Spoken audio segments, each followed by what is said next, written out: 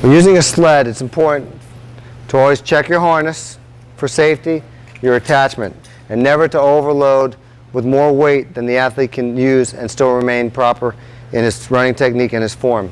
With Bryce, we're going to use first a waist belt. Let's go ahead and put that on, which will allow him to lean forward at the proper angle, get a good knee drive on his starts. The sled is more of an advanced tool for athletes as they gain certain levels of strength in their lower body as well as in their arms.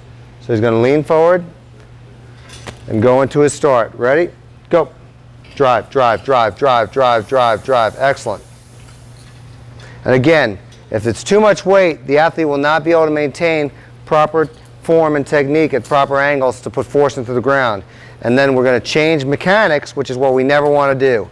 So I usually follow a 10% rule and never letting the athlete run with sprinting technique with more than 10% of their body weight.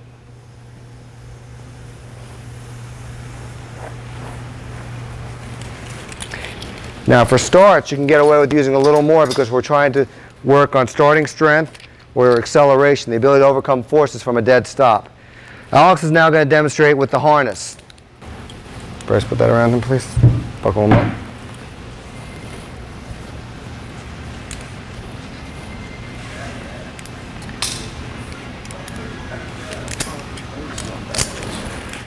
All right. Alex now is using a harness that's going to allow him to get a little bit different angle. Drive those knees and go. Drive, drive, drive, drive, drive. Good. Slow down, Alex. Good job. Let's bring it back. The third type of resistance start that we're going to do is actually more of a conditioning and leg strengthening activity. And we can do two different versions of it, but it's a pushing. So we're actually driving the sled, trying to maintain good angles, positive signals of the knees and the shin, putting force into the ground. The first one's just going to be a drive and a push for 10 yards. When Trevor hears a whistle, he's going to go, maintain good angles, drive that knee to his chest. Excellent. This all can be used for conditioning. Let's bring it on back now. The second version is going to build on something that we use as a plyometric or conditioning effect for hip extension and backside mechanics called a bound, where he really concentrates on putting force into the ground, getting full hip extension, and actually driving and getting a little hang time as he goes. You feel up to this? Yeah. All right, let's show him.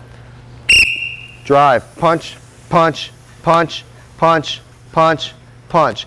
Notice he had a little more ground contact time, which is normal for acceleration. You're going to have a longer ground contact time during the acceleration phase. And he actually had a little hang or float phase in there. So he concentrated on getting force into the ground and extending. Good job, Trevor.